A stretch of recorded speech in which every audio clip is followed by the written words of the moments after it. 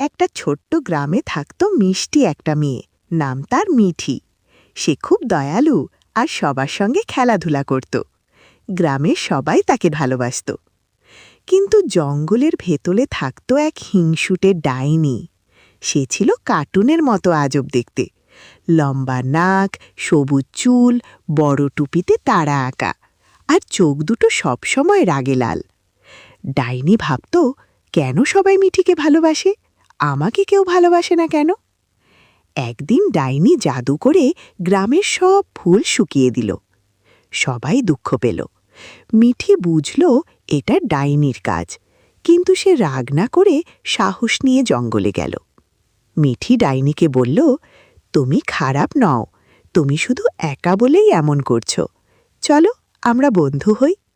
ডাইনি অবাক, কেউ তাকে আগে কখনো বন্ধু হতে বলেনি। তার মনটা একটু নরম হলো।